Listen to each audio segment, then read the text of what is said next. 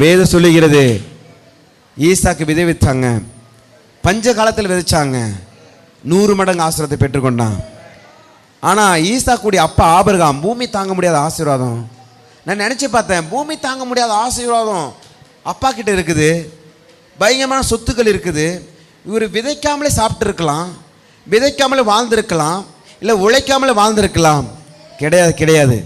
ஆண்டவர் சோம்பேறியாக ஆதாம் ஏவாளை படைக்கல, அந்த தோட்டத்தை போல பூமி முழுவதும் உருவாக்க முடியாத கர்த்தர் படைத்தார்.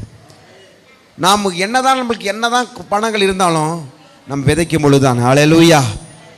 ஆபிரகாமுக்கு நிறைய சொத்துக்கள் இருந்தாலும், ஈசாக்குக்கு நிறைய சொத்துக்கள் இருந்தாலும், ஆனால் யாக்கோபை தான் கர்த்தர் ஆசீர்வதித்தார். அவன் கையின் பிரயாசத்தை ஆசீர்வதித்தார். லாபான் வீட்டில் இருக்கும்போது ஆசீர்வதித்தார். அன்பானவர்களே, பிரியமானவர்களே, கர்த்தா கவனிங்க.